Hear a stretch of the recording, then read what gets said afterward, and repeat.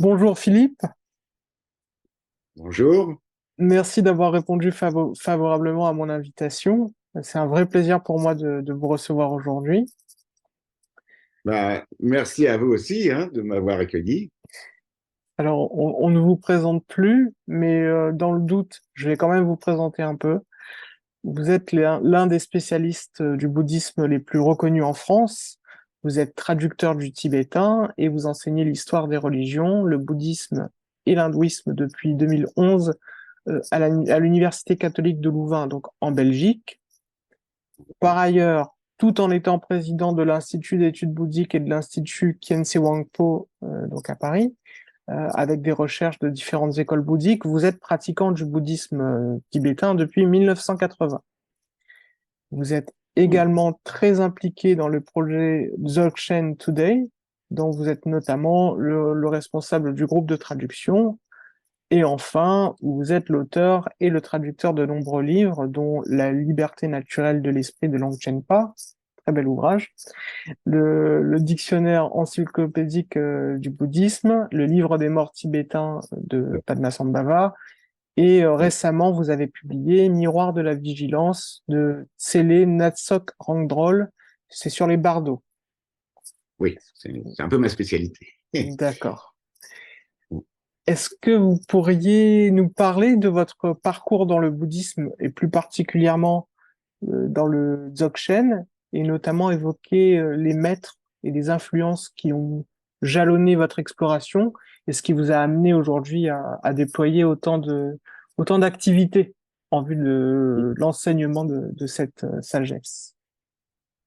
Ah, vaste programme. Oui. Donc, ça commence finalement relativement tôt pour moi, dans le sens où je pourrais dire que dès mon enfance, j'étais un curieux de comprendre les ressorts de la vie, le sens de l'existence. Je me suis posé des questions finalement très tôt, mais j'étais dans une famille athée. Donc, sans, j'étais pas vraiment porté, disons, vers le catholicisme ou des choses comme ça, comme certains d'entre nous ont pu baigner dans un milieu déjà spirituel ou autre, ou tout simplement religieux. Donc, je me suis porté plutôt sur les sciences naturelles et puis ensuite sur la biochimie, parce que je voulais comprendre les mécanismes de la vie, etc. Et donc, ça faisait mes délices quand j'avais une dizaine ou une douzaine d'années. Et puis, vers une quinzaine d'années, en fait, j'ai eu un premier déclic. Je me suis rendu compte que tout ça, toute la science positive, ne faisait que décrire des choses, mais sans les expliquer profondément. Et évidemment, alors j'avais déjà une affinité vers l'Asie, parce que j'ai même retrouvé des petits dessins que j'avais faits de déités tibétaines vers l'âge de 11 12 ans. Donc, il y avait quelque chose qui m'amenait un petit peu vers tout ça.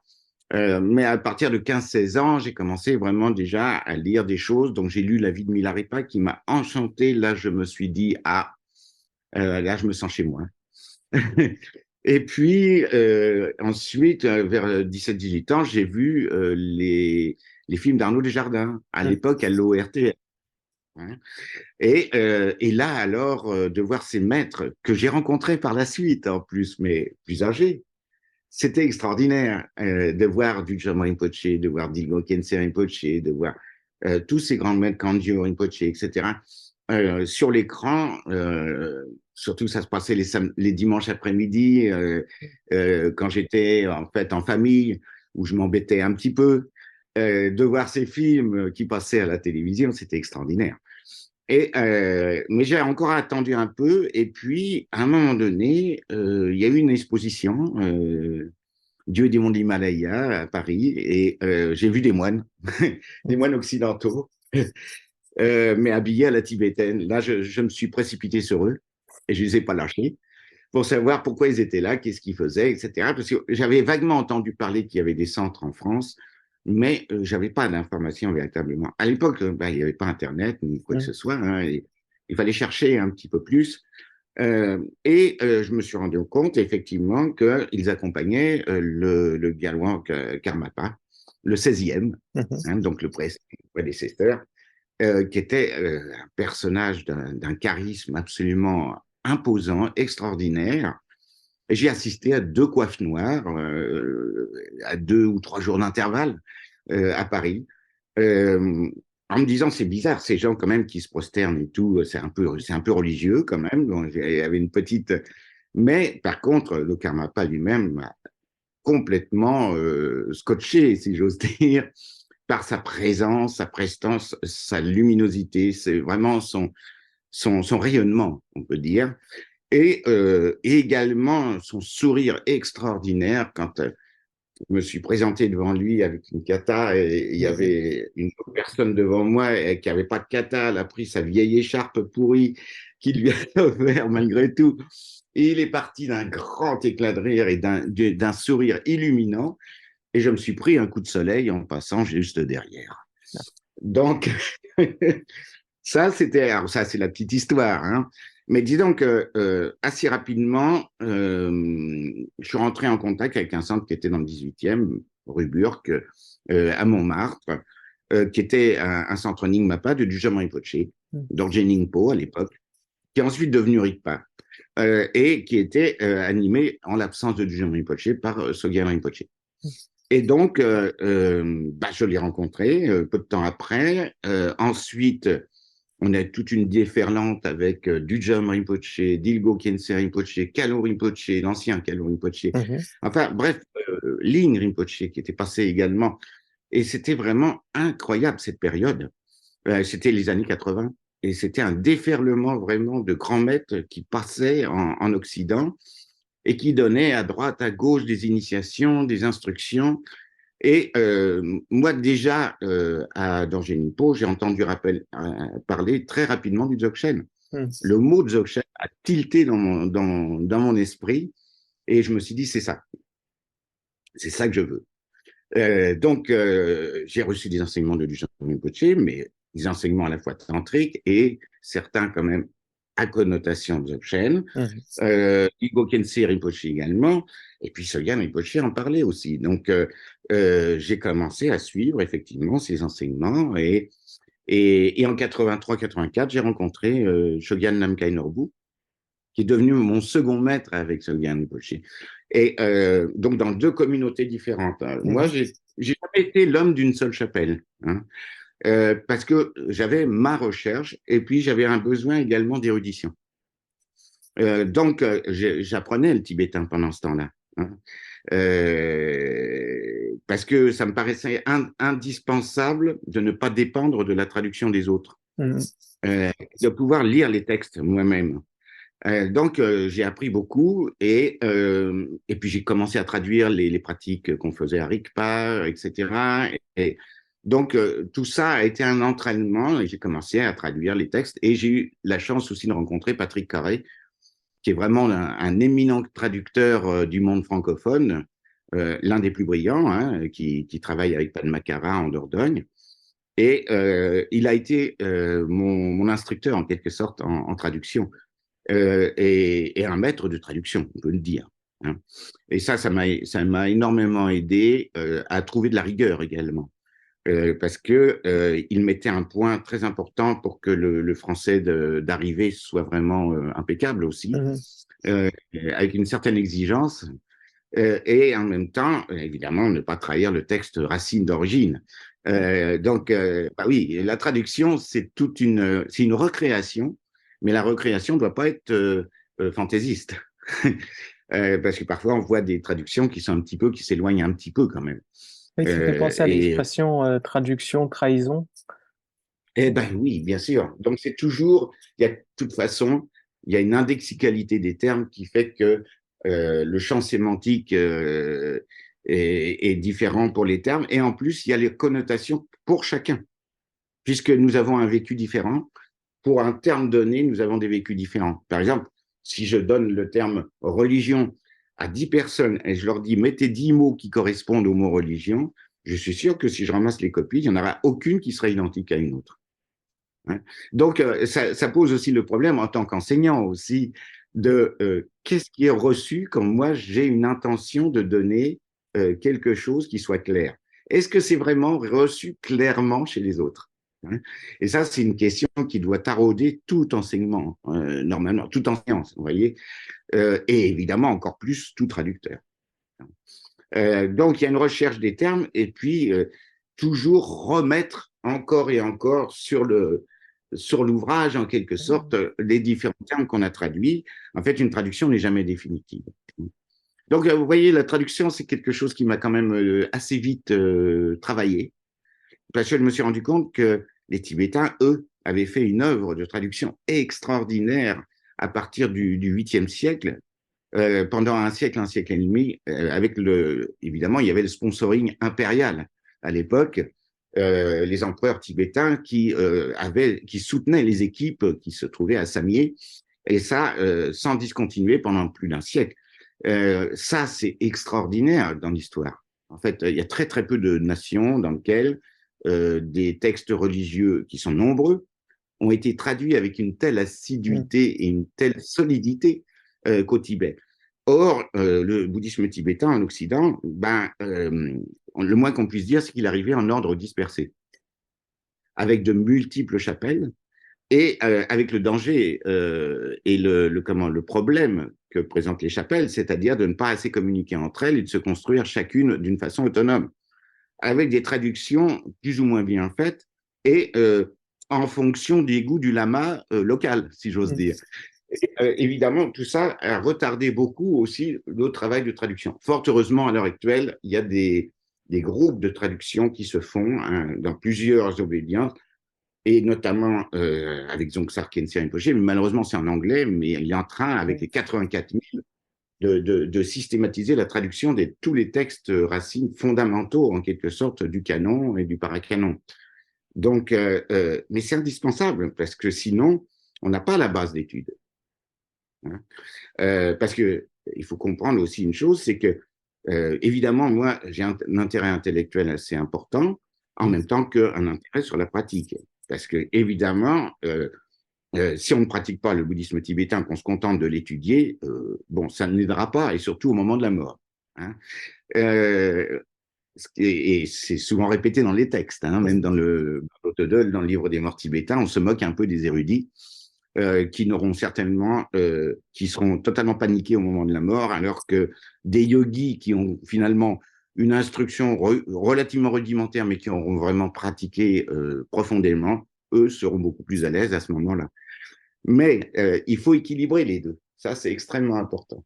Et moi, ça a été un peu l'idée que je me suis fait et la tâche que je me suis un petit peu donnée. Mais avant, bon, je vais terminer sur les maîtres que j'ai rencontrés.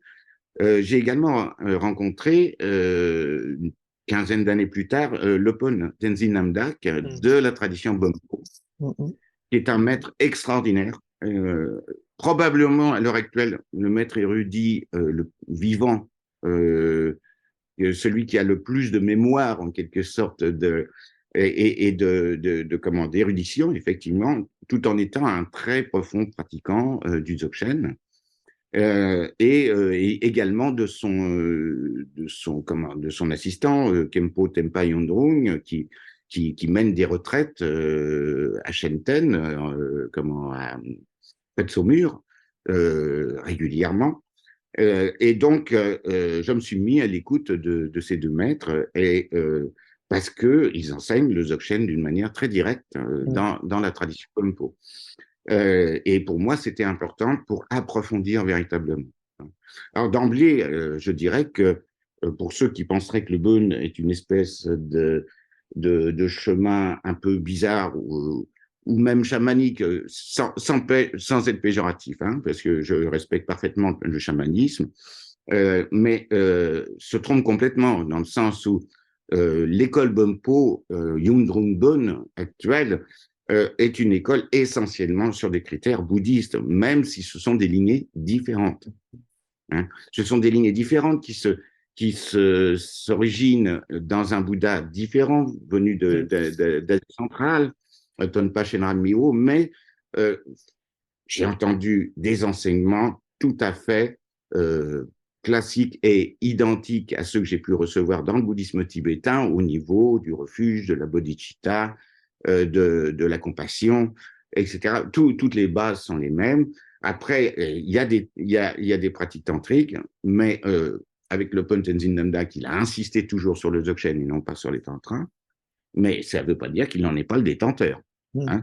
Et un Dzogchen qui est extrêmement clair et, je dirais, dépouillé d'un certain nombre d'ornements, peut-être de facture assez ancienne, hein, Mhm. probablement, et qui est donc très intéressant en comparaison avec le Dzogchen véhiculé par les Nyingmapa.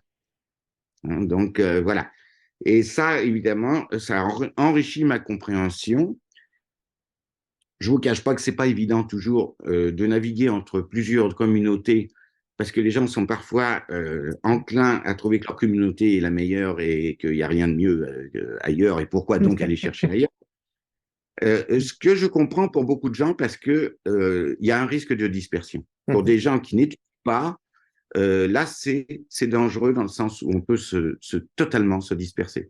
Par contre, pour quelqu'un qui est en plus en quête d'études et de précision, c'est indispensable à un moment donné aussi d'avoir un certain nombre d'éclairages, un peu comme si on regardait un diamant avec plusieurs facettes.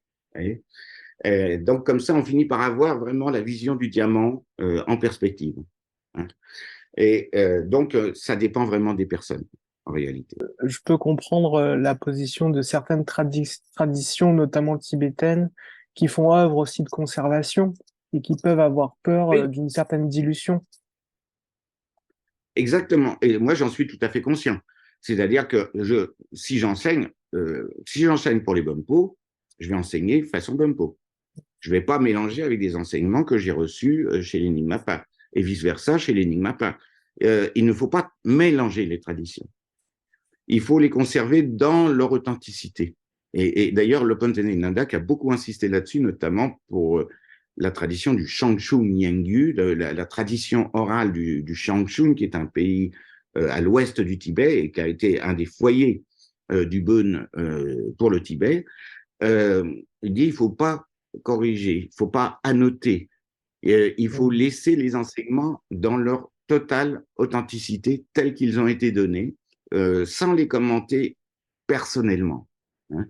Et parce que c'est une tradition orale qui n'a jamais été adultérée, hein, et qui nous est parvenue intacte jusqu'à maintenant, ce qui est quand même assez rare, parce que les traditions orales peuvent subir des altérations dans le temps. Il y a l'autre tradition qui est les thermales, textes trésors, qui eux Mm. arrivent pour rafraîchir la tradition orale au moment où ils sont découverts.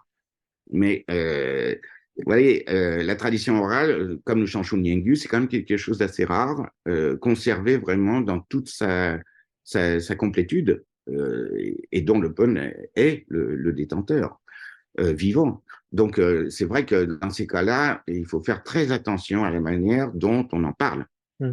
hein, pour garder cette authenticité. Parce que vous voyez, si chacun commence à amener son grain de sel, même ne serait-ce que, pensons par exemple à simplement quelques instructions de méditation, même la posture, si chacun commence à apporter son petit truc sur la posture, au bout de 3, 4 générations, ben, qu'est-ce qui va rester de ce qui a été transmis au départ? Mm.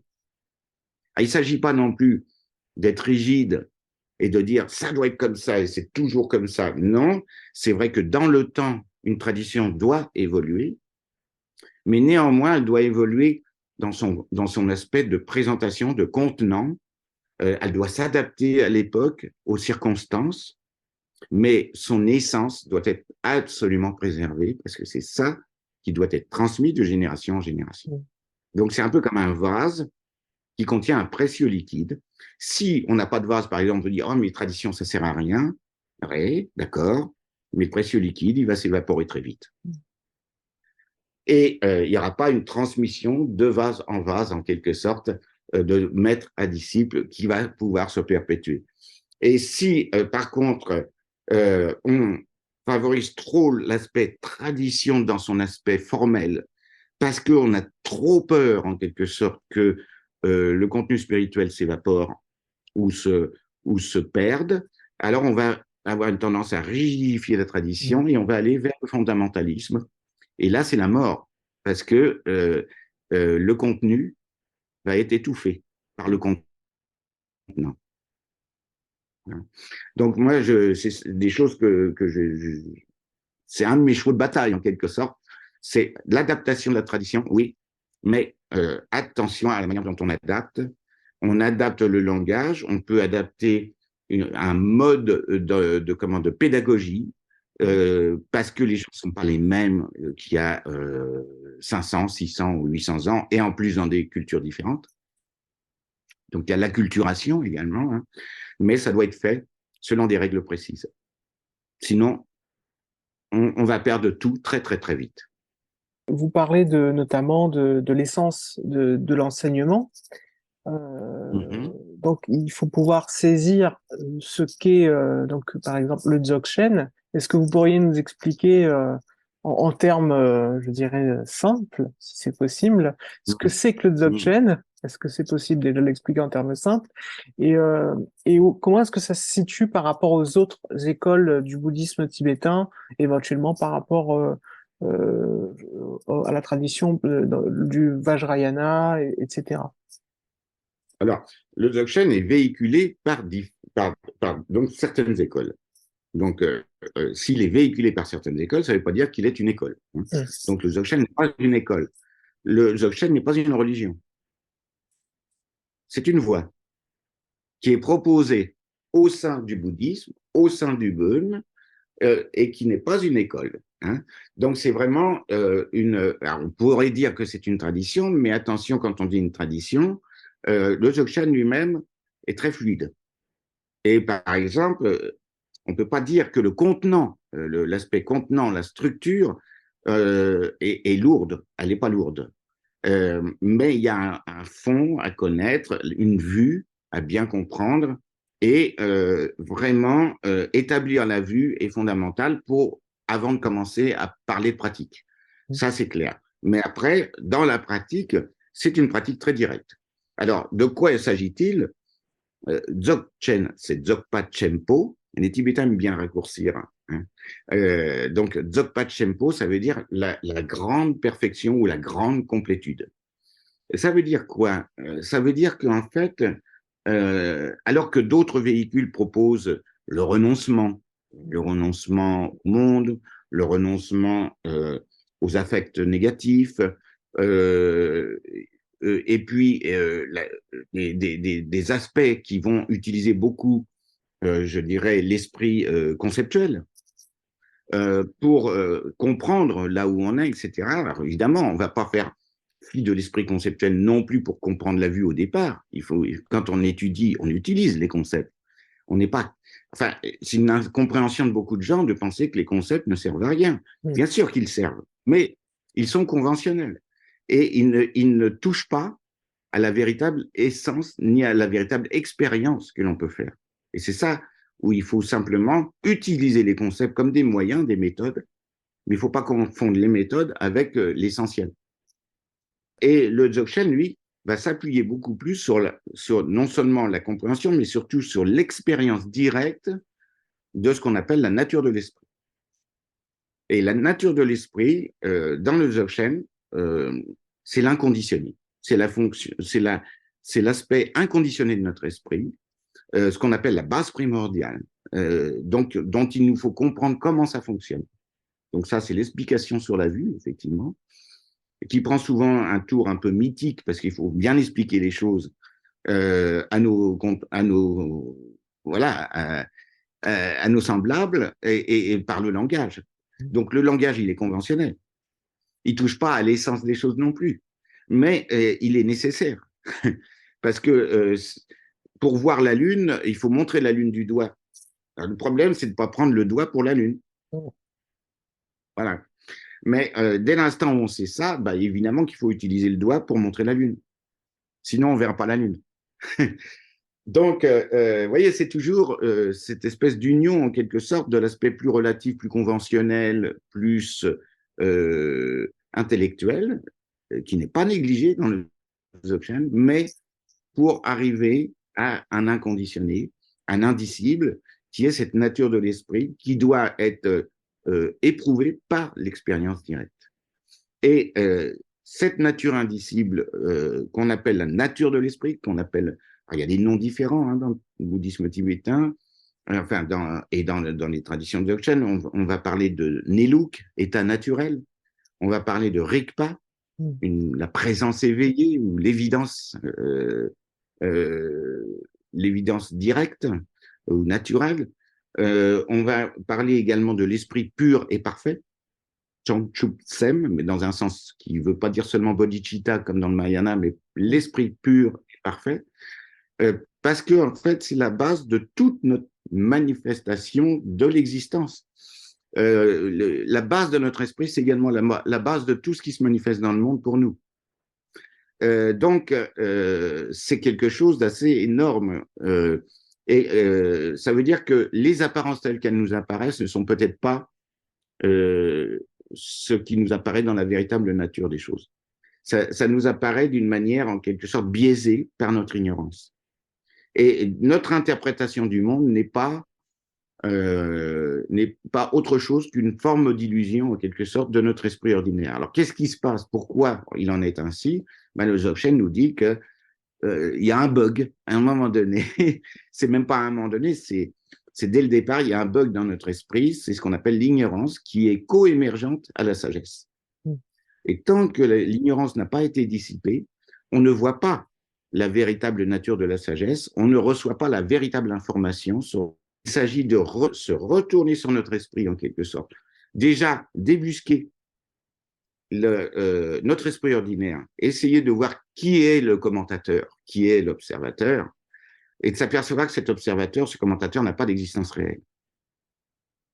Et qu'il n'y a pas d'esprit dans l'esprit, mais que la nature de l'esprit est luminosité, c'est-à-dire présence, intelligence des phénomènes, mais là, sans filtre et sans dualité.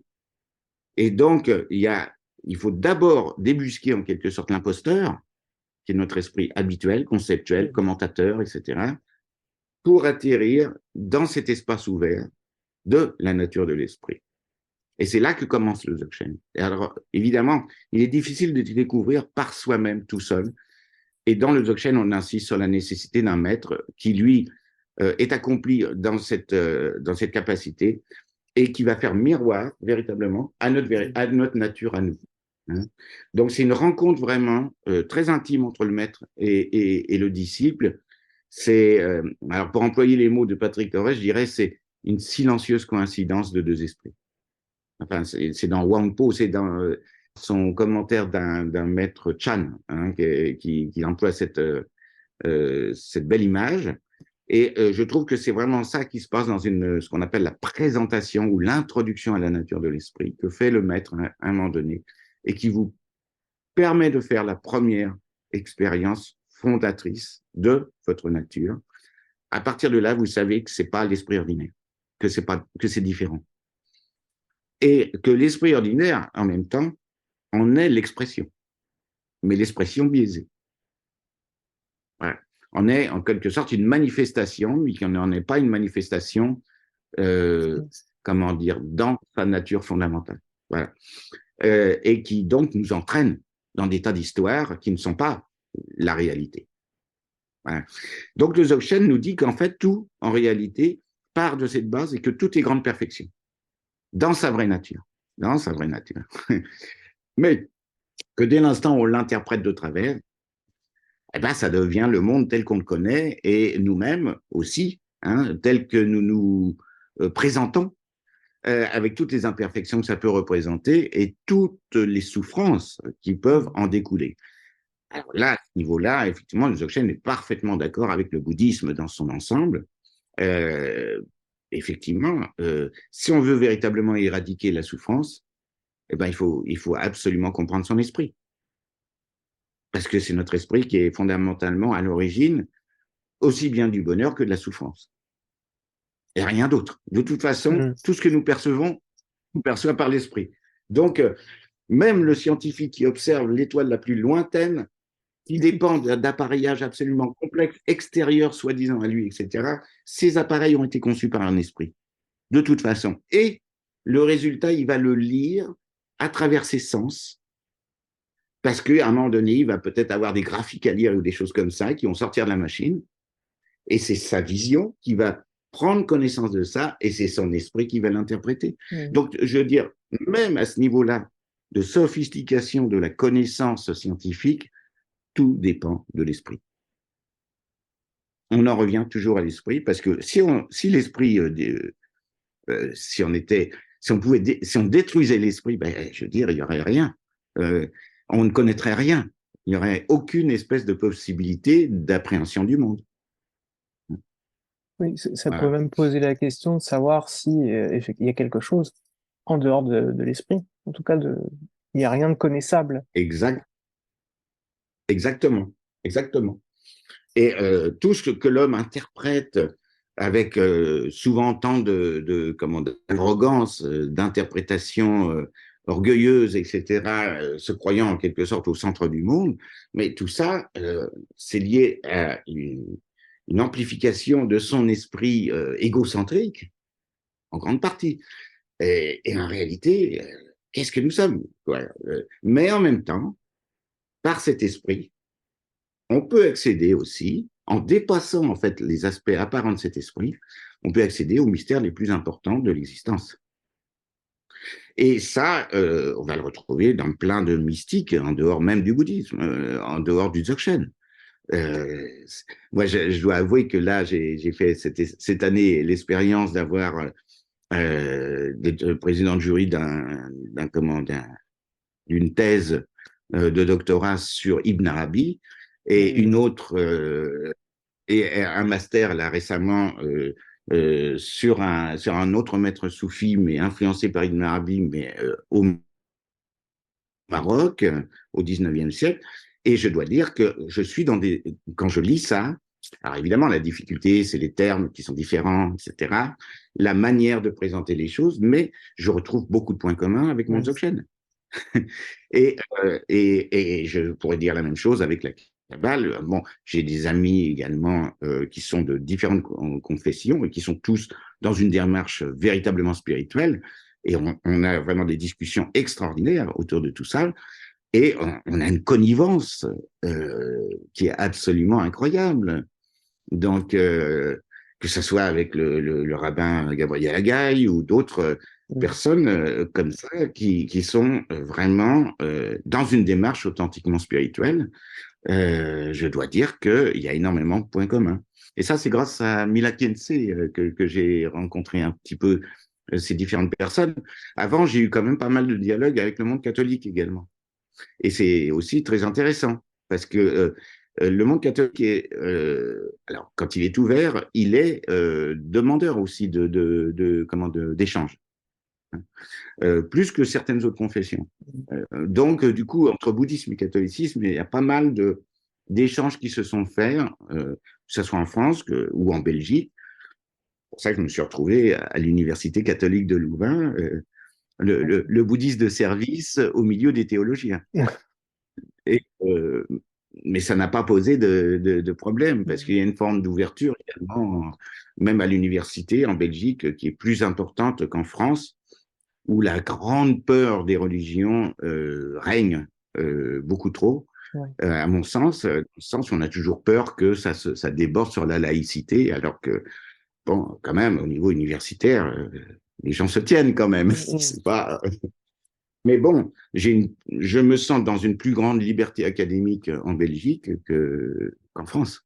Mm. Pour moi, le Dzogchen, c'est vraiment ça qui est ma base d'études, de pratique.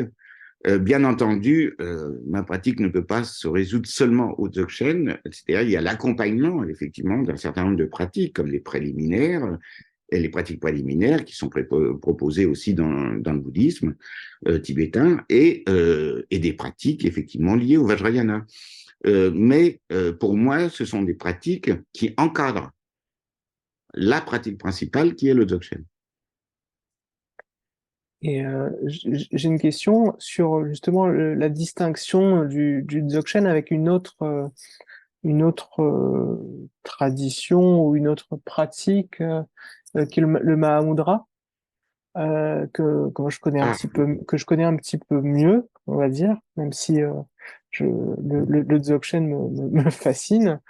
Et j'ai l'impression de l'extérieur, en tout cas, euh, il y a quand même pas mal de points communs entre ces deux traditions.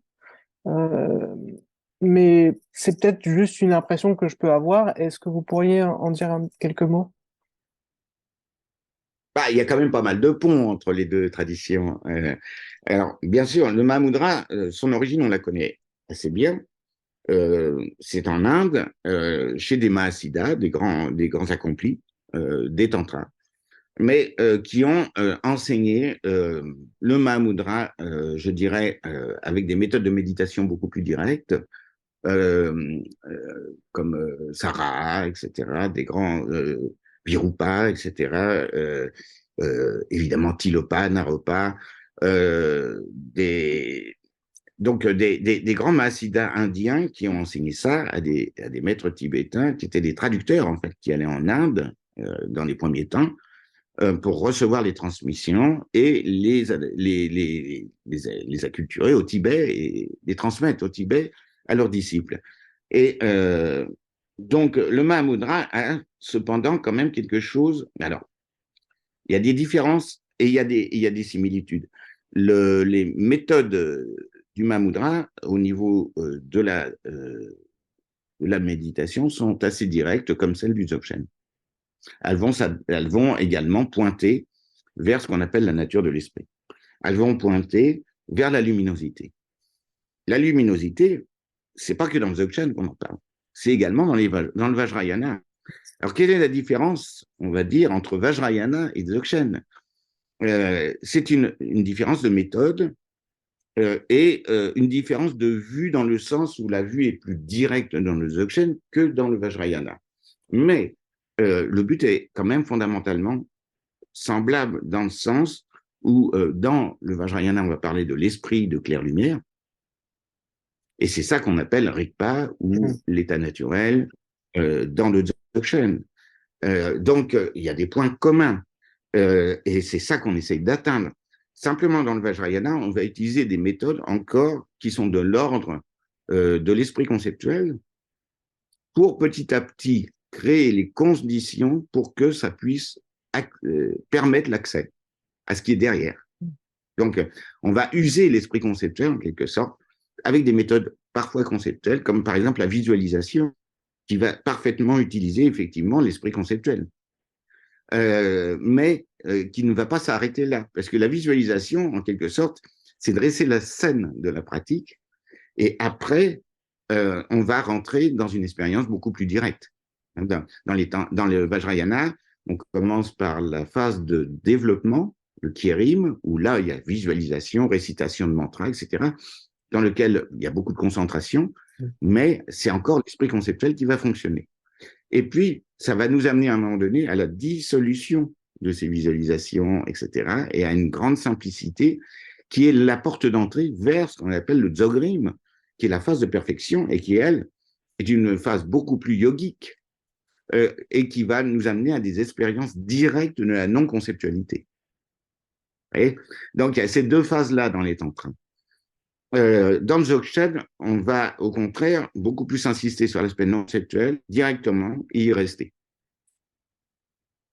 C'est-à-dire que c'est dans la nature de l'esprit que tout est inclus et que par conséquent, si on y demeure, tout va se déployer naturellement. Alors que dans les tantras et dans le Mahamudra, d'une certaine manière, alors ça c'est ce que dit souvent le Tenzin Nandak, il dit c'est comme s'il n'y avait pas une confiance totale dans la nature de l'esprit, dans le sens où on va à la fois être introduit à cette nature, on va effectivement la travailler, mais en même temps on va avoir affaire également aux pratiques de Kirim et Dzogrim, parce que on préfère formater en quelque sorte le chemin, le baliser en quelque sorte, pour être sûr de ne pas louper la cible. Voilà. Donc, je dirais que le Dzogchen travaille un peu moins avec un filet euh, que le Mahamudra. Voilà. Alors, dans le Mahamudra, la méditation va ressembler à celle qu'on appelle la méditation du Semdi dans le Dzogchen. D'ailleurs, il y a des passages entre les deux parce qu'on sait que Gampopa, qui est un maître du Mahamudra, et le troisième Karmapa étaient ils ont aussi reçu des enseignements du Dzogchen Semde, Et ils les ont, donc on parle de 4 yogas, par exemple, dans le Mahamudra, mais ça correspond à 4 yogas aussi dans le samedi, hein, pour simplifier.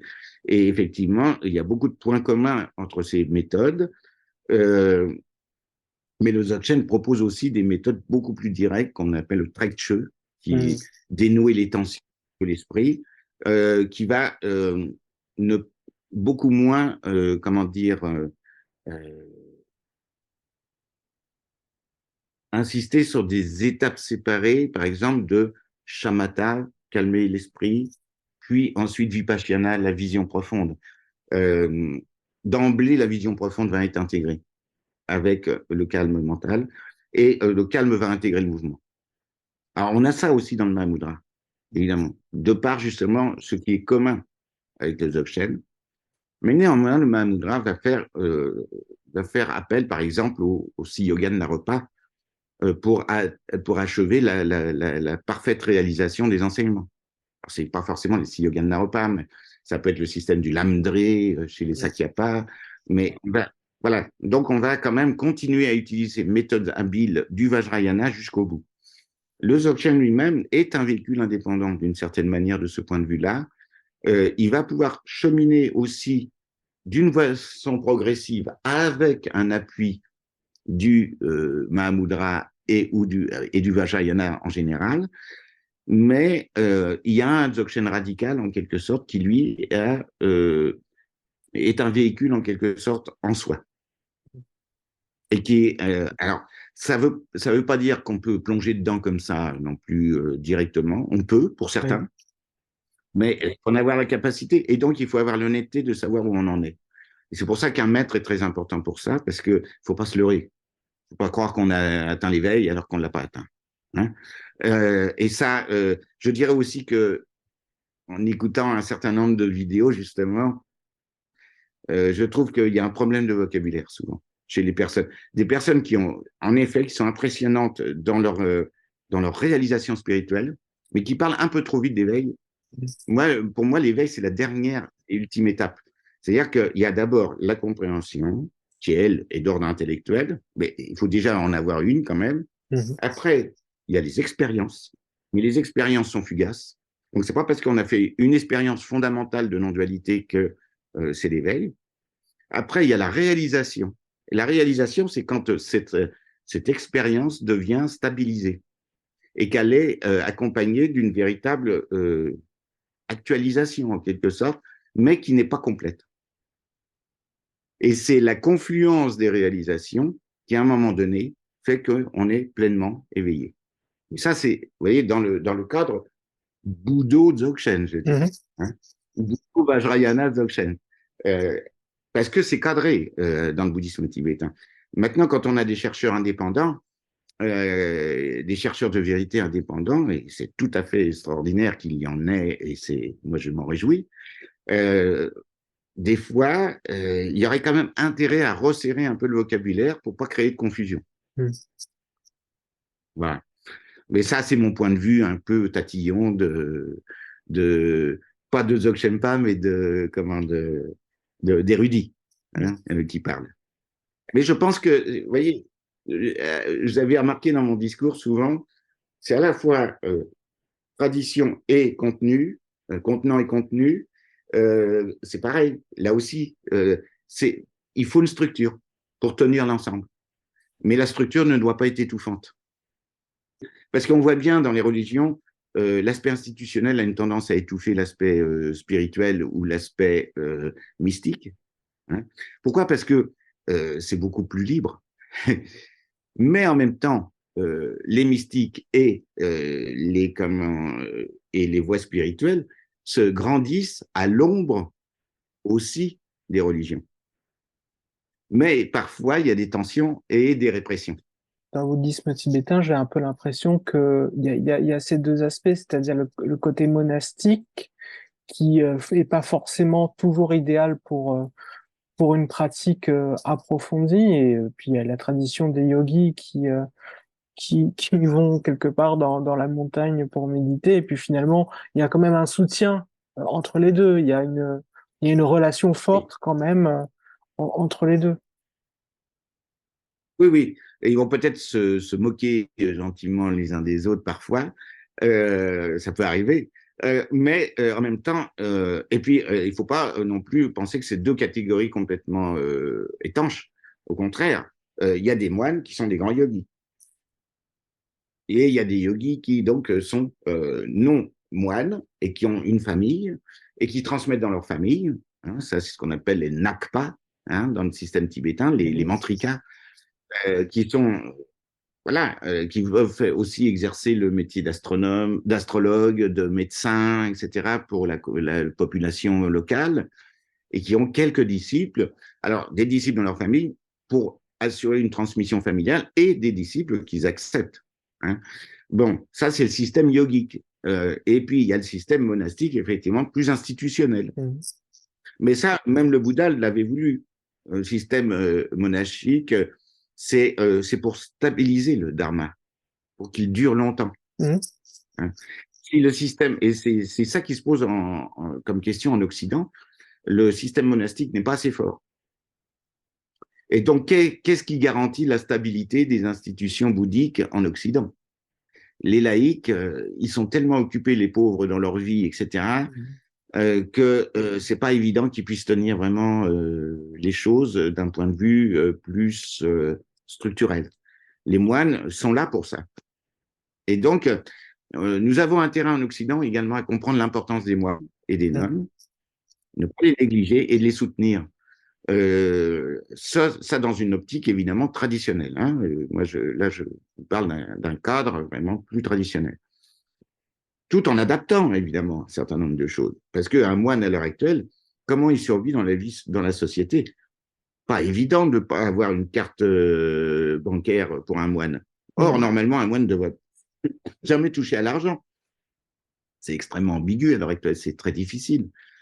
Donc, il y a beaucoup de choses qui sont très, très difficiles pour un moine qui serait isolé dans la société. Donc, les moines, ils doivent quand même être en communauté pour pouvoir être soutenus par une communauté laïque. Mhm.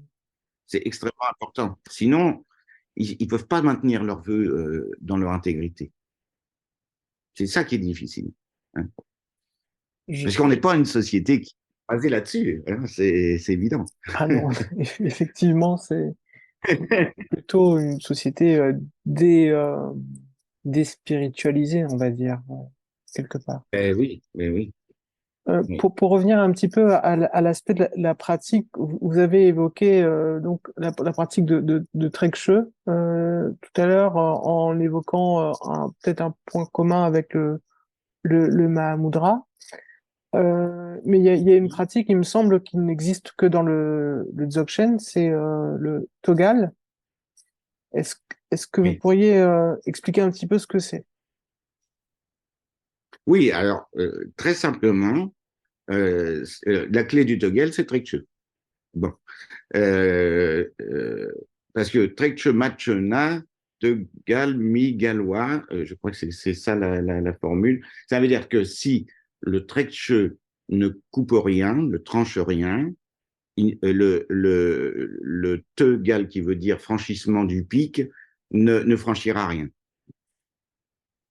Hein. Pourquoi? Parce que bah, si vous n'êtes pas installé d'une façon stabilisée dans la nature de l'esprit, comment voulez-vous voir les qualités de cette nature de l'esprit se déployer?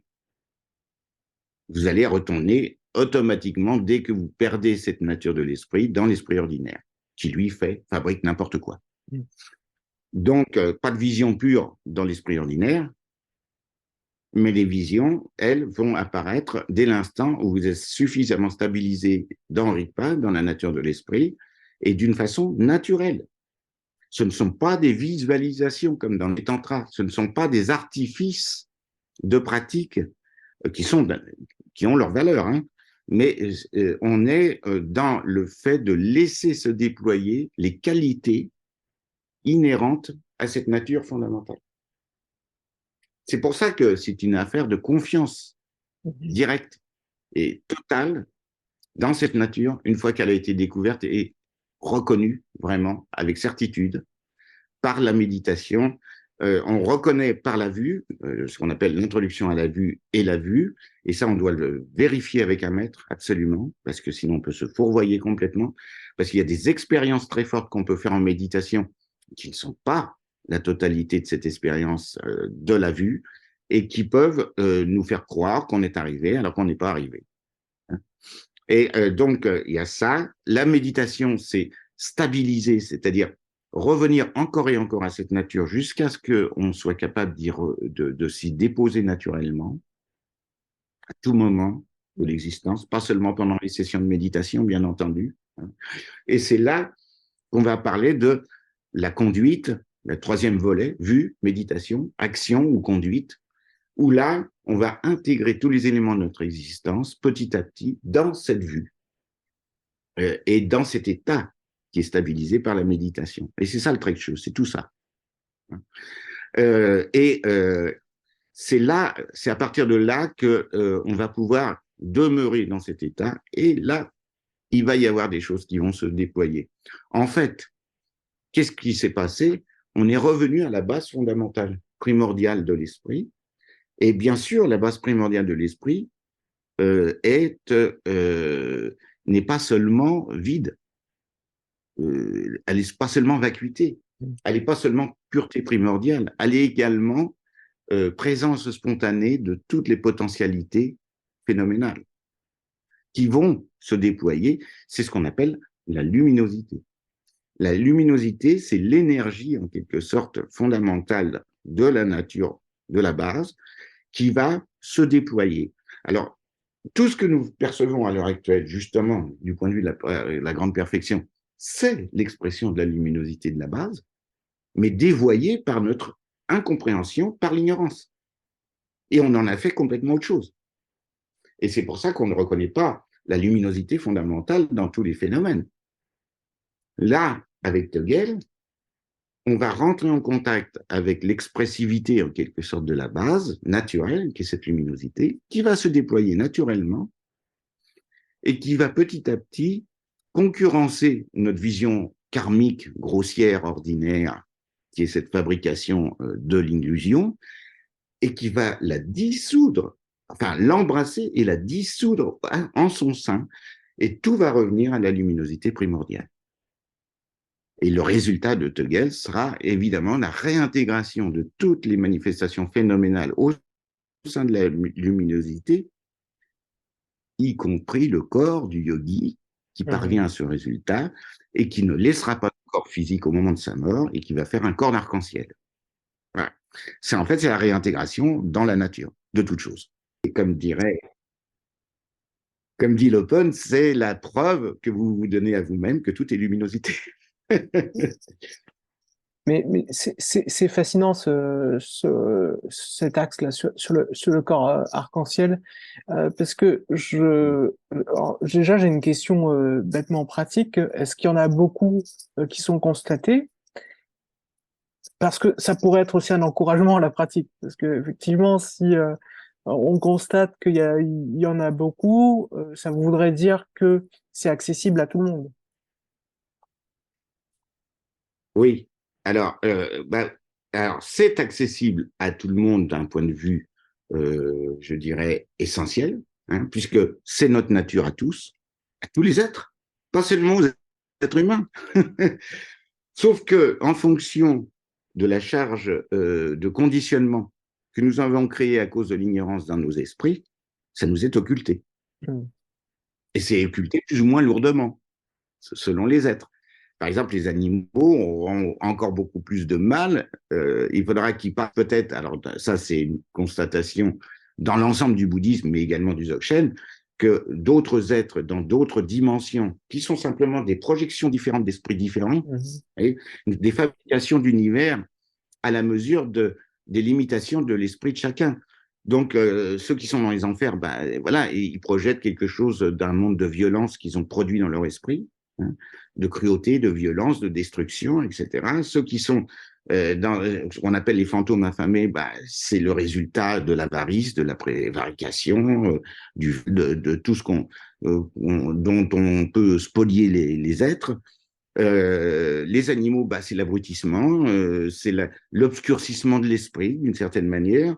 Les dieux, c'est l'autosatisfaction, la suffisance, en quelque sorte. Certes bien bénéfique en général, parce qu'elle est le résultat d'actes positifs, méritoires, etc. Mais en même temps, toujours mondains. Donc, ils sont restés dans le mondain.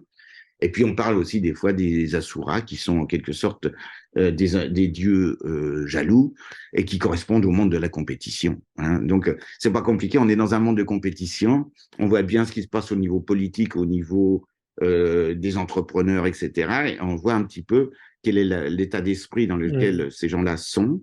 Hein. Et que bah, ça, c'est un peu ça, les prémices en quelque sorte du monde des dieux jaloux. Hein.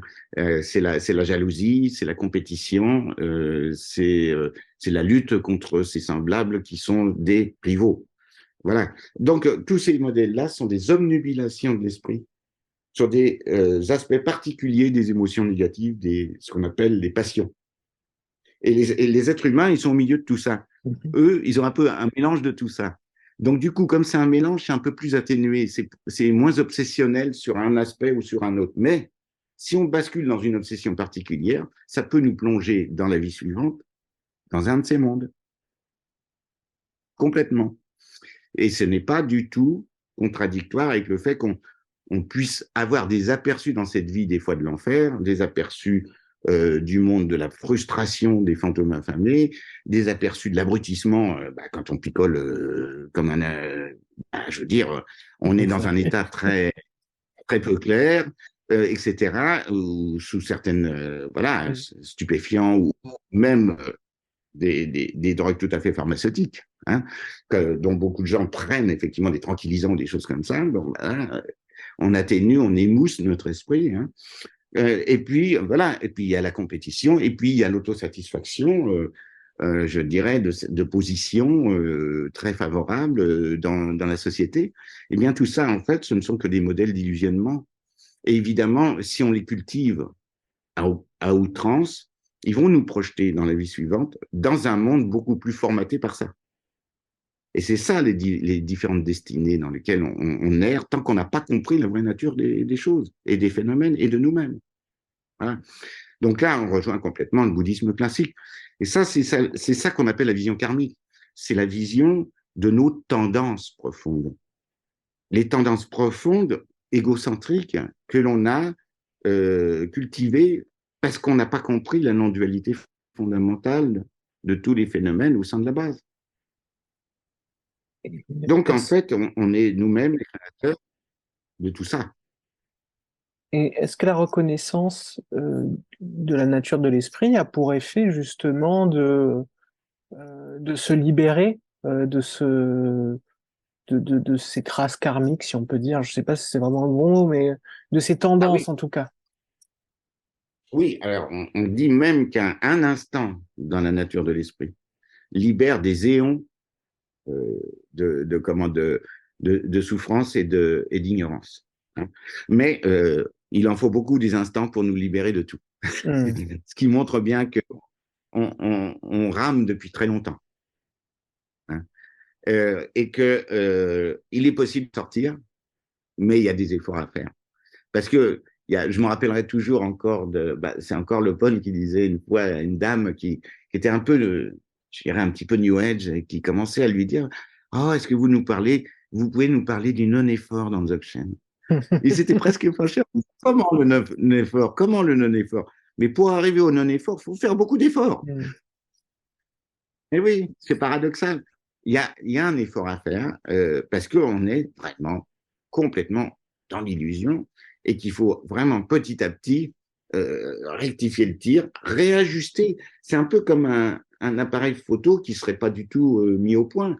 Et il faut déjà quand même se mettre au point sur il faut ajuster notre esprit à la réalité.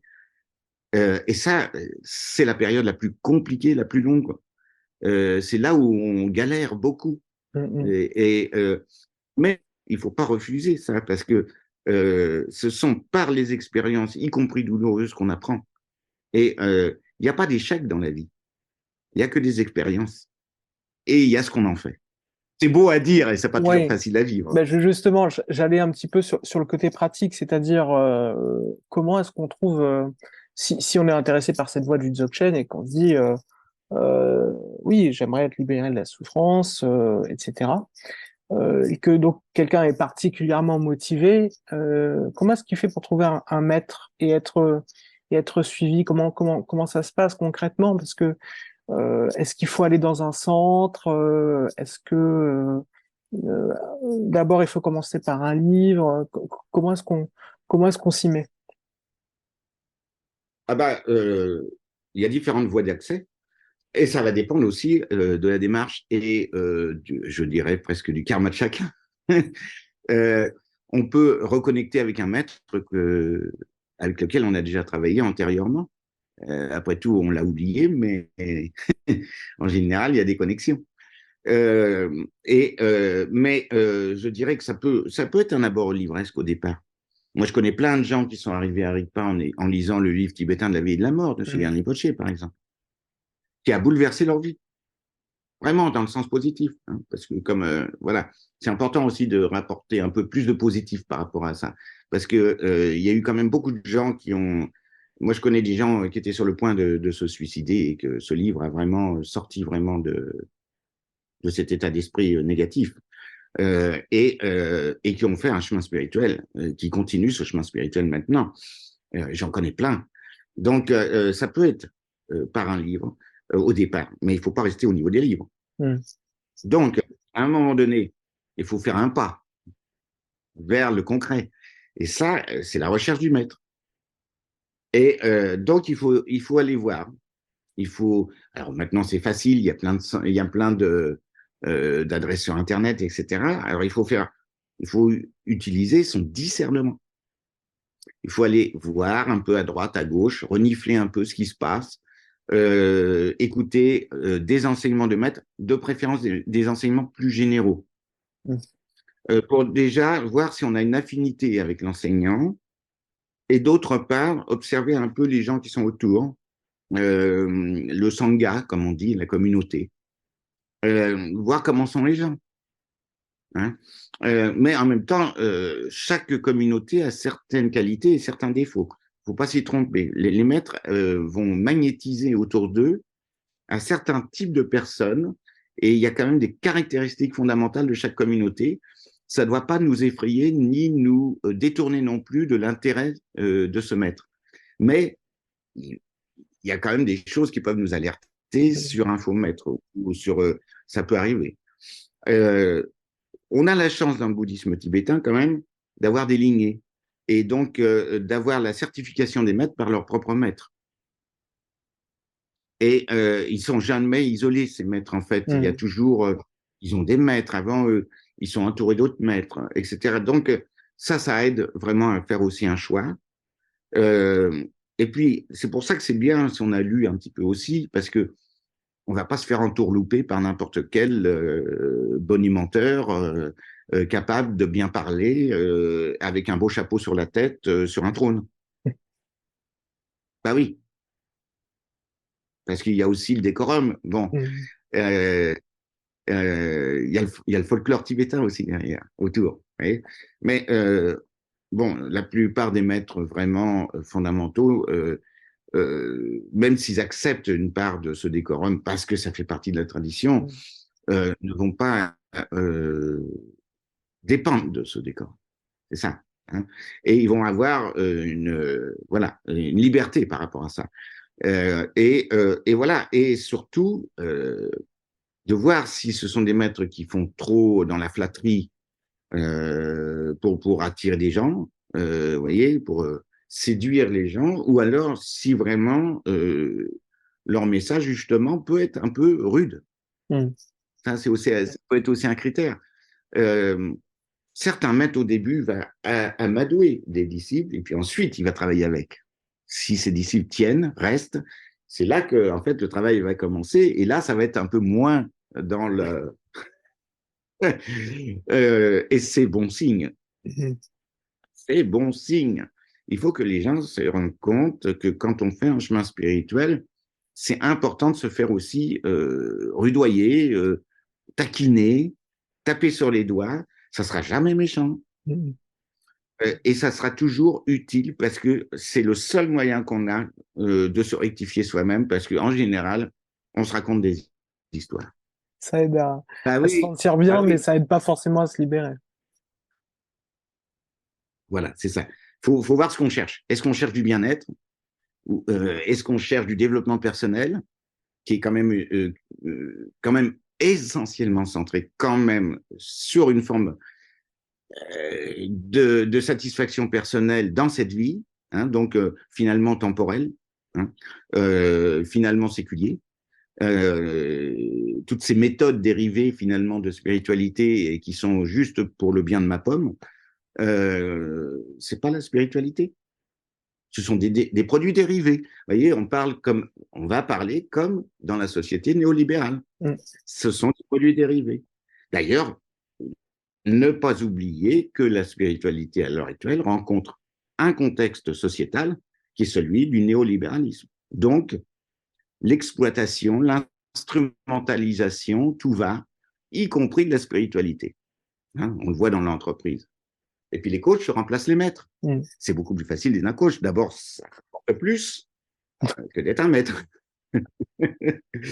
Voilà. Pas faux. Et il n'y a pas un lien, il n'y a pas un lien à tenir avec un coach. Mm. Donc c'est moins liant avec les gens. C'est pas des disciples que vous allez suivre tout au long du chemin.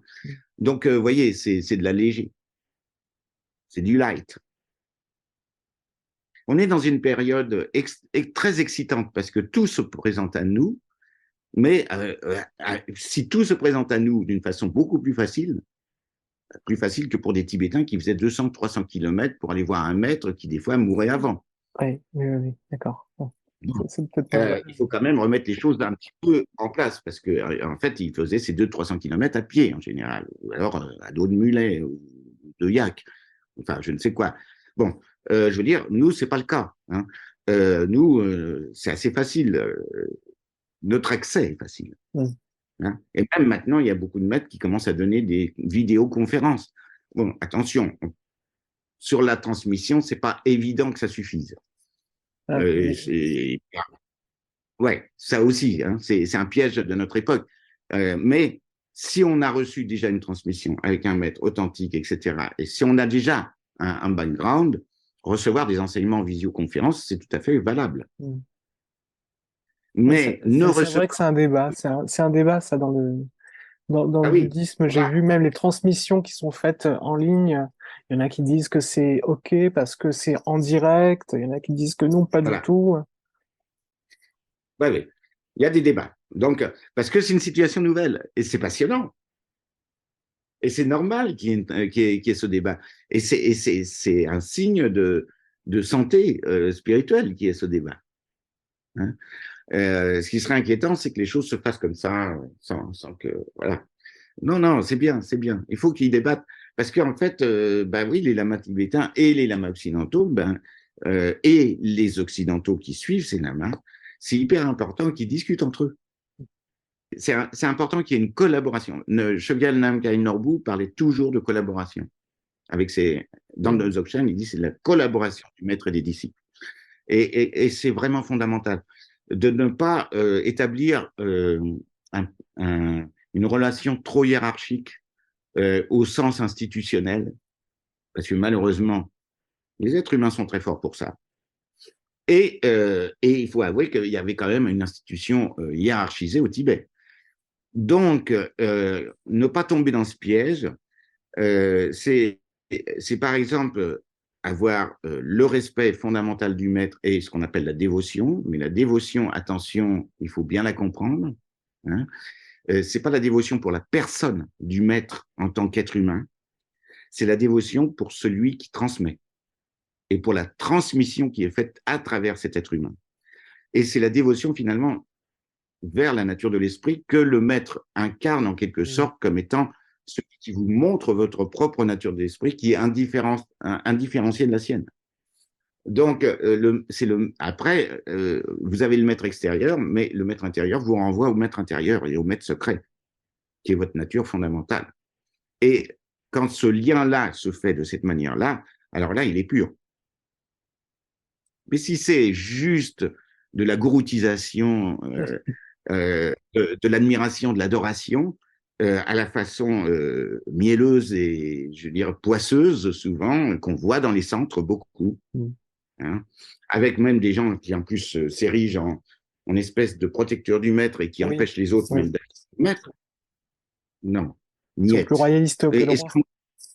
voilà. Et on l'a vécu, et c'est très bien, parce que, par exemple, on l'a traversé, et donc on a transformé ça. Par exemple, moi, dans mon expérience à RIPA, on a eu une très grosse crise il y a quelques années, et ça a suscité une très grande réflexion profonde à ce niveau-là, et beaucoup d'autres centres regardent un peu ce qui se passe à RIPA maintenant, parce que c'est un peu un projet de renaissance pilote euh, pour ne plus retomber dans les pièges. Et c'est très intéressant.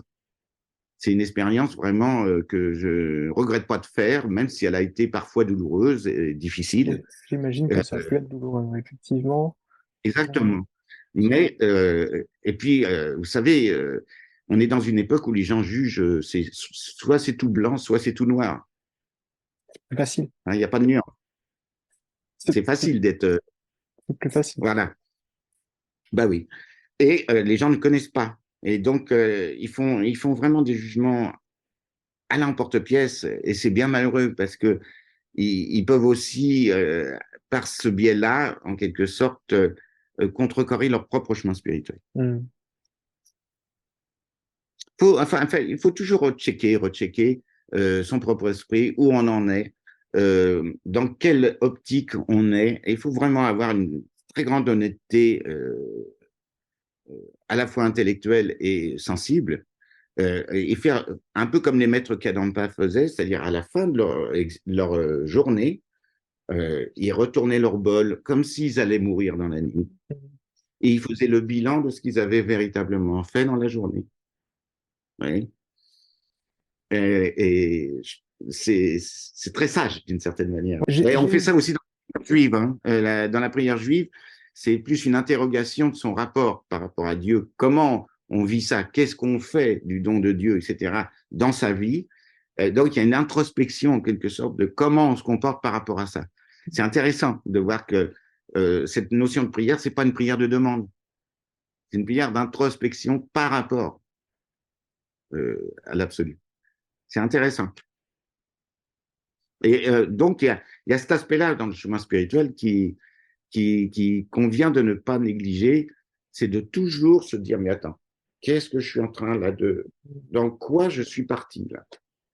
Dans quoi je m'embarque dans cette histoire? Pourquoi je prends parti? De quelle manière? Est-ce que ça a vraiment un sens? Euh, et au long terme, qu'est-ce que ça va amener? Quelle est ma responsabilité dans cette histoire? Pourquoi je me suis embarqué dans, je me suis fourvoyé et que maintenant, parce que je me suis fourvoyé, je rejette le tout. Mm. Moi qui me suis fourvoyé, c'est pas forcément la situation dans son entier. Donc, vous voyez, il y a tous ces aspects-là. Hein.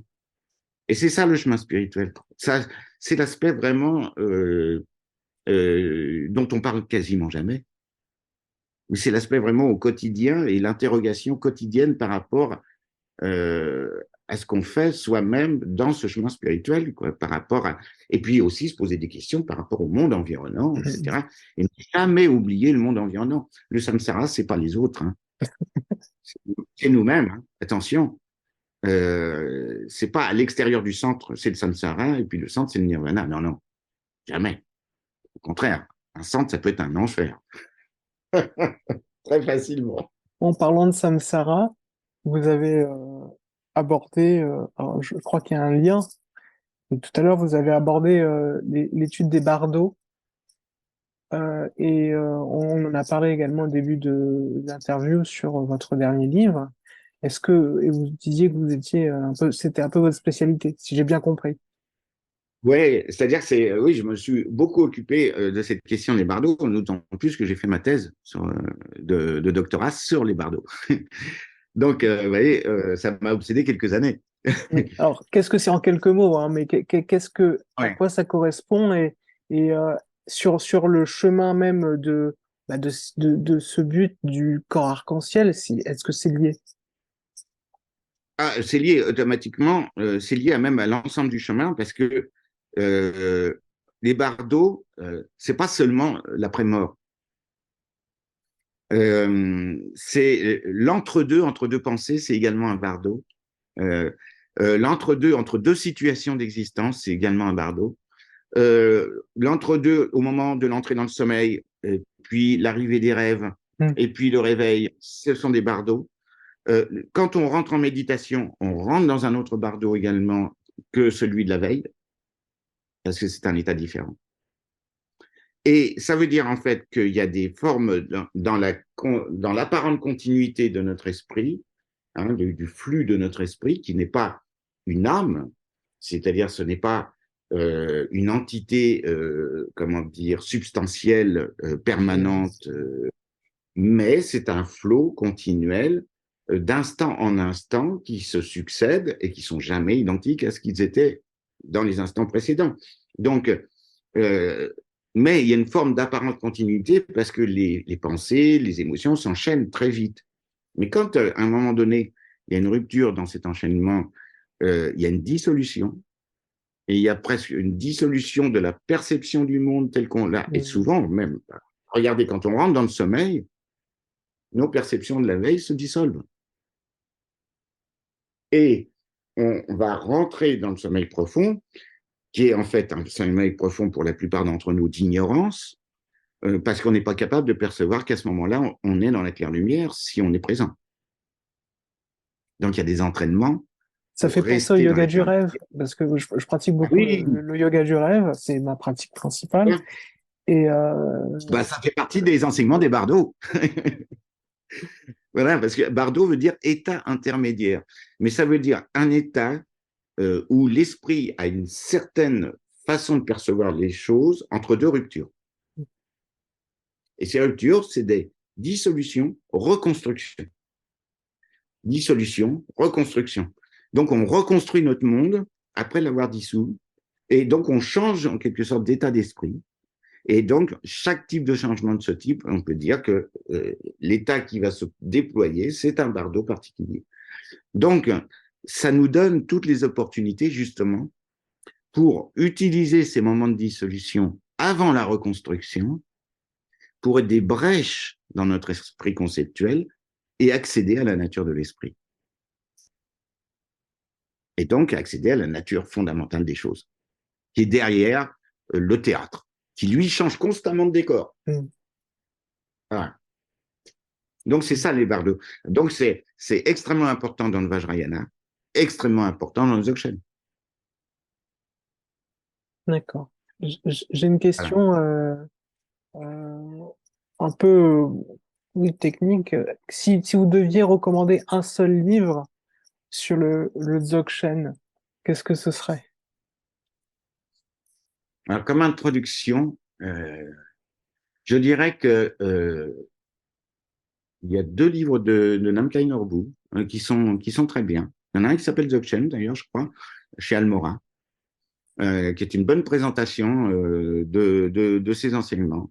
Euh, et puis, bah, ma petite liberté naturelle de l'esprit, je pense qu'elle est pas mal comme introduction aussi. Oui, Euh, c'est très très bien.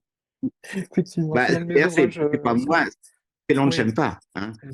Donc, Longchenpa, c'est un très, très grand maître du XIVe siècle auquel je voue vraiment une vénération particulière pour la clarté de ses écrits. Et disons que c'est un des auteurs que je travaille le plus hein, au niveau de la traduction. Mais c'est l'un de Donc, mes auteurs favoris personnellement aussi. J'aime beaucoup. bien sûr, bien entendu. J'ai vu que vous aviez fait une petite une vidéo justement avec un petit texte de Longchenpa. Ouais. Ouais. Et donc voilà, donc ça, ces livres-là sont accessibles, disons. Il y a un livre du Dalai Lama aussi, Dzogchen, Mm. qui est paru au Seuil, Point Sagesse. Mais il est peut-être un peu moins accessible au départ. Mais il y a vraiment des très très bonnes choses dedans. Un bon commentaire également de ce qu'on appelle les trois testaments de Garab Dorje. Et puis sinon, après, il y a toute une littérature quand même en français, moins riche qu'en anglais, mais quand même. Alors, il y a le miroir du cœur que j'avais traduit aussi, qui est un tantra du Dzogchen, mais c'est un peu spécifique quand même. Et sinon, il y a des ouvrages qui vont aborder. Alors, les ouvrages de Duko Hogen Mhm. sont formidables. Euh, certains ont été traduits en français. Pas tous, malheureusement. Euh, et puis, alors en anglais, il y en a plein. Il y en a Oui. plein. Et puis, En il y anglais, a, c'est chez bien. Almora, il commence aussi à avoir des traductions. Euh, Moi, je préfère quand les traductions sont faites directement du tibétain en français, hein. Mhm. Donc, des fois, quand c'est retraduit de l'anglais, je tique un peu. Mais bon, pour un grand public qui s'intéresse au sujet, c'est très bien aussi. Euh, voilà. Et puis, ben voilà, il y a aussi mes 3 manuels de bouddhisme. Dans le troisième manuel, il est consacré au Vajrayana et au Dzogchen. Et ça, bon, bah, je l'ai fait d'une façon. J'avais fait le gros dictionnaire encyclopédique, bon, Oui. mais c'est un dictionnaire. Un dictionnaire, c'est un outil. Mais là, du coup, les 3 manuels, je l'ai fait avec une collaboratrice pour que ça soit vraiment didactique et que ça soit vraiment progressif. Et les trois bah, passent du bouddhisme fondamental, qui est indispensable à connaître. Il faut connaître les bases. Si on ne comprend pas ce que c'est que le karma, même dans le Dzogchen, on va avoir des difficultés à comprendre. Mhm. Euh, voilà, donc après, bah, le Mahayana, le deuxième tome, bah, c'est d'expliquer les fondements philosophiques de la vacuité de l'esprit seul qui permet de comprendre aussi, et puis de la nature de l'esprit, Oui. qui est ce qu'on appelle le Tathagata Garbha, la nature de Bouddha.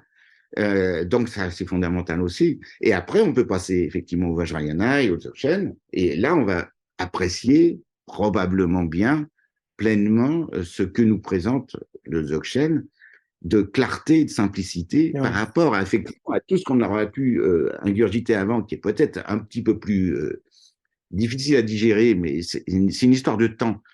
Vous savez, il faut décanter les choses et il faut les mijoter, il faut les mâchonner. Et ce qui est peut-être la difficulté du bouddhisme, c'est que c'est d'emblée une voie, d'une manière générale, qui se présente quand même comme une voie d'étude et de pratique en même temps. Donc, il faut les 2 ailes pour voler. Mhm. Un oiseau, avec une aile, il fait rien, hein. Donc, ça, c'est fondamental. Il y a de l'étude. Et des fois, je trouve que dans le monde spirituel, il y a des gens, ils sont un peu trop anti-intellectuels. C'est un peu dommage. Oui. Parce que l'intellect fait partie de nos outils dans l'esprit, hein. Alors, bien sûr, il est souvent utilisé d'une manière débile ou alors d'une manière complètement en dehors du champ spirituel. Ça ne veut pas dire pour autant qu'il ne peut pas être utile au niveau spirituel. Mhm. Mais il faut savoir qu'il est conventionnel, etc., et qu'il doit être dépassé. Voilà. Mais le dépassement, c'est dans une intelligence beaucoup plus intuitive et beaucoup plus unitaire, il se fait. Mais c'est toujours une intelligence. Et vous voyez, par exemple, il y a un facteur mental. On parle de 51 facteurs mentaux dans Oui. l'analyse des Abhidharma. Bon, ben, il y en a un, de ces facteurs mentaux, c'est Prajna. Prajna, c'est la connaissance éminente. C'est quoi? Eh ben, c'est notre capacité de discernement. Au niveau ordinaire, c'est quoi? Ben, c'est par exemple avoir la capacité de ne pas confondre une abeille et une guêpe. Oui. C'est-à-dire par l'observation, il y a des gens, ils vous disent, oh, c'est une abeille. Mais non, c'est une guêpe. Bon, moi ça m'a toujours énervé Moi, j'ai déjà fait quand j'étais l'erreur. gamin. Oui, mais moi, quand j'étais gamin, comme j'avais été traumatisé par les guêpes, je savais faire la différence. Et je m'énervais contre les adultes qui ne faisaient pas la différence. Et voilà. Alors, c'est le discernement tout simple. Bon, au niveau ordinaire.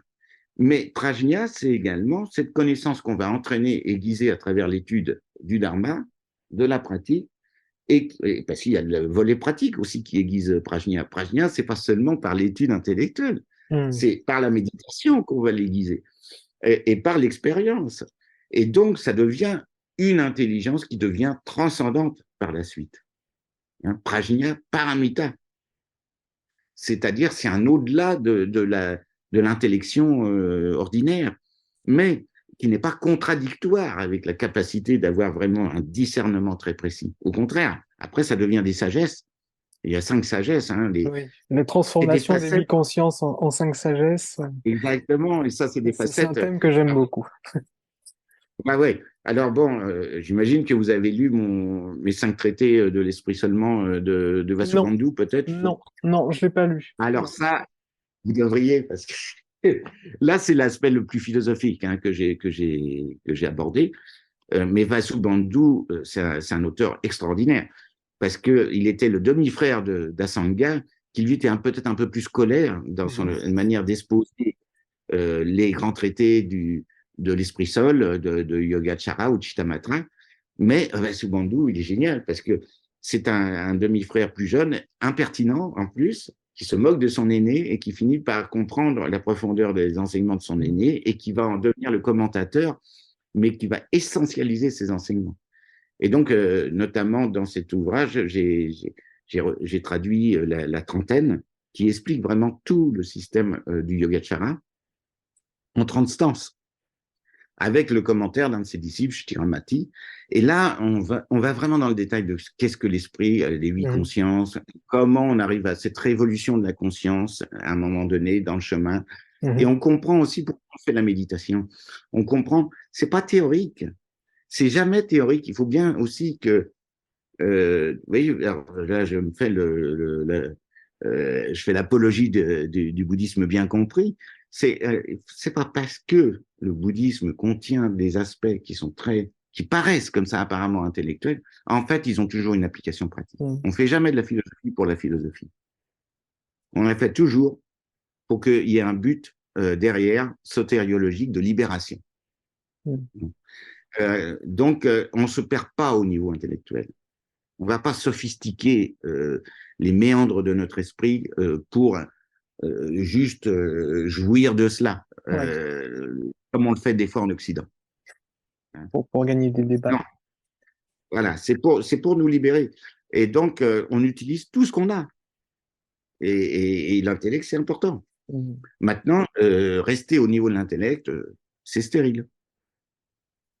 Voilà. Mais sur ce sujet des 8 consciences et des 5 sagesses, alors moi, j'ai pas connaissance de votre ouvrage du coup, je consulterai avec beaucoup d'intérêt. Oui, il est chez Payard, hein, donc oui, D'accord. c'est se trouve assez facilement. Et je crois qu'ils impriment à la demande maintenant, ils font ça.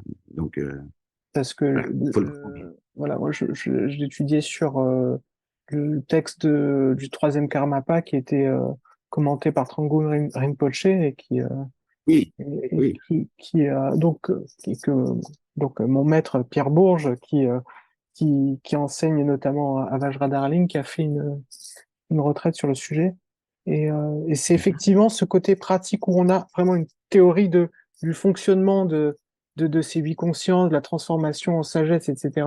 Mais c'est toujours ramené en fait à pourquoi on pratique et comment est-ce que il y a ces transformations qui se font et et oui, l'ordre dans lequel ça apparaît et les pratiques qu'il faut plutôt non conceptuelles qu'il faut pour amener de l'un à l'autre. C'est ah c'est- oui, c'est un, c'est un domaine fascinant parce qu'en fait, ça nous ramène aussi à notre condition actuelle, c'est-à-dire conditionnée. exactement. Ah oui, il faut comprendre quelle est notre condition actuelle, effectivement, dans quoi on est et en quoi le chemin spirituel vraiment va fonctionner vraiment pour nous amener à nous extraire en quelque sorte de nos fausses croyances, de notre fausse compréhension, etc. Et finalement, vous voyez, tous ces trucs, les 8 consciences, 51 facteurs mentaux, mais c'est dynamique. Mhm, Il faut le comprendre comme dynamique, pas du tout comme un répertoire, une nomenclature chiante, pas du tout. C'est pas du tout de ça dont il s'agit. Et c'est ça qu'il faut faire comprendre avec le bouddhisme, c'est une tradition. C'est pas mortel, c'est pas chiant, et c'est pas un truc qui vous enferme. mhm, Et ça, c'est difficile comme à faire comprendre aux jeunes à l'heure actuelle. Hein. Ça vous cadre pour que vous partiez pas dans tous les sens et que votre truc soit un peu du n'importe quoi. Mais c'est pas quelque chose qui doit vous limiter. mhm, Ça, c'est hyper important. Il faut une certaine compréhension et une certaine structure claire dans l'esprit, parce que sinon, ben, la confusion va automatiquement imprégner le chemin spirituel et on va perdre beaucoup de temps. C'est juste une perte de temps. Parce que, vous voyez, si on confond tout, tout est dans tout et vice-versa, ça n'a jamais mené à rien. C'est ça le truc. C'est pas très pragmatique, hein, ouais, en plus, hein, c'est pas... Et oui, et en plus, on n'a pas forcément le temps maintenant. Et Et, on n'a jamais le temps parce qu'on ne sait jamais quand on va mourir. Donc, peut-être demain, ça sera la mort qui arrivera plutôt que le lever du soleil, hein. Donc, on ne sait pas.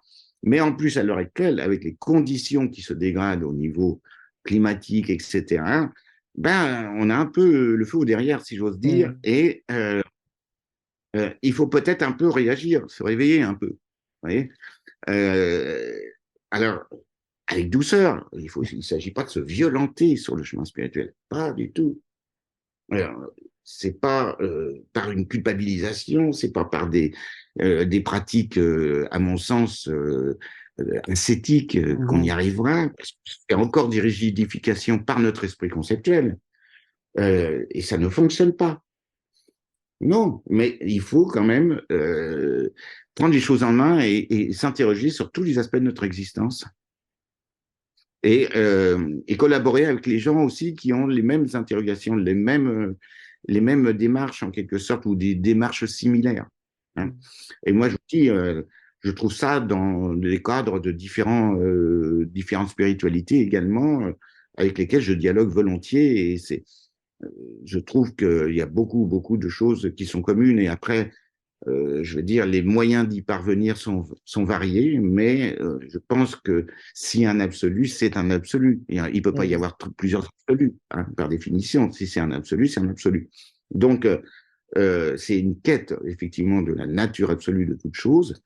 Et dans le Dzogchen, elle est très clairement désignée comme ça, mais je veux dire qu'on appelle ça Dieu ailleurs ou moi ça me dérange pas. Et au Mhm. contraire, moi je me réjouis quand les gens ils ont un chemin spirituel, parce que quand on voit les gens qui n'en ont pas, beaucoup sont désespérés quand même. Et ce côté un petit peu de transcendance entre les différentes traditions, ça me fait penser un petit peu chaque année, il y a le Festival pour la paix qui est organisé à Kagyuzong, donc dans le bois de Vincennes, et il y a un moment où il y a une méditation pour la paix qui est faite avec différentes traditions. Donc il y a la tradition soufie, il y a le Vedanta, il y a des chrétiens, etc. Et c'est assez amusant de voir en peu de temps. Ah, il y a le chat qui arrive, je pense qu'il en a marre. Et donc, Ça arrive toujours, on ne euh, les attend pas. et, et donc et dans on voit les différentes méditations qui sont proposées. C'est des méditations relativement courtes, et c'est intéressant de voir que finalement le fond même de ce qui est proposé est le même. Il y a que c'est juste le vocabulaire qui diffère, mais l'essence est la même. Donc, Eh oui, oui, oui, oui, oui. donc, donc Alors, vous voilà. voyez, moi, ce qui m'a aussi beaucoup aidé, hein, dans mon cheminement, c'est d'avoir trois rôles. Il y a le rôle universitaire qui donc doit afficher un aspect un peu critique et académique. Mhm. Bon, mais on peut jouer avec. Euh, le rôle que j'ai à l'IOB, qui est de présenter le bouddhisme à des gens qui ne sont pas forcément bouddhistes, ou à des gens de différentes obédiences bouddhistes, mais qui veulent connaître le monde bouddhiste plus dans son ensemble ou dans ses variétés, parce qu'on a des intervenants de toutes les différentes traditions, ce qui est bouddhiste, Mhm. ce qui permet, et maintenant, en étant à l'histoire des religions, donc on a aussi des modules qui présentent l'histoire des religions et des thèmes. Par exemple, là, on a fait sur la mort l'année dernière. Cette année, on va faire sur l'esprit. Qu'est-ce que l'esprit? Et on Mhm. va inviter des gens de différentes traditions. Et ça, c'est passionnant. Euh, et, euh, et puis d'autre part, l'aspect d'enseignement dans les centres, où là, c'est plus confessionnel, effectivement, mais avec l'apport de ce que j'ai comme expérience dans les deux autres domaines, ça me permet aussi, par exemple, d'apporter des aspects historiques qui sont rarement Mhm. abordés dans les centres. Or, c'est important de connaître aussi l'histoire des transmissions, et ne pas non plus être dans une espèce de naïveté complètement euh, fanatique Mhm. également. Euh, les Tibétains ont aussi eu leur casserole et c'est normal parce qu'on est Oui. face à des êtres humains qui suivent un Ouais. chemin. Voilà. Mais si on comprend tout ça, et vous voyez, une approche également qui m'intéresse énormément, c'est celle de Mila Kinsey que vous avez Mhm. interviewée, parce que voilà un lama français euh, qui parle notre langue et qui a reçu l'éducation traditionnelle. Et vraiment, on peut dire qu'il a vraiment une éducation béton à ce niveau-là, hein, dont une partie s'est faite même en Asie et au Tibet, Mhm. et, et qui cherche véritablement des façons de retransmettre à une époque extrêmement volatile qui est la nôtre. Et en même temps, petit à petit, il installe ce qu'il est en train de faire sans, sans faire de publicité outrancière, ni Ah, ça, c'est avec beaucoup de patience, très discret, hein, par rapport très à discret. Voilà. Et certaines ça, organisations qui sont plus lourdes, peut-être. Et ah, là, c'est très. pour moi, ça, c'est un critère. Et ça, c'est un bon critère également de confiance. Bah, Et, écoutez, moi, je l'ai et puis, découvert avec, au travers de Damien Bron, en fait, qui m'a, qui est un bon ami aussi. Hein. voilà, et qui m'a dit, mais faut l'interviewer, etc. Et moi, avant, je n'en avais jamais entendu parler. Donc, ça a été Et une oui, découverte oui, oui. extraordinaire. Donc, voilà. Ben oui, et oui, tout à fait, tout à fait. Bon, je vais Ouais. vous remercier parce que j'ai mon chat, mais Oui, et qui qu'on a commence à parlé me longtemps. dire Hein. ça suffit. Donc, bah, je vous remercie vraiment pour ce temps et puis pour votre générosité et puis la clarté de vos explications. Pour moi, enfin, voilà, c'est Noël, quoi. Donc, je suis très content et, euh, et je vous souhaite une très bonne journée et puis je vous dis à bientôt si on a l'occasion de se croiser dans un centre. Après, sans problème, très bien, avec Très, plaisir. très bonne journée à vous. Oui, merci, vous Au aussi. revoir. Au revoir.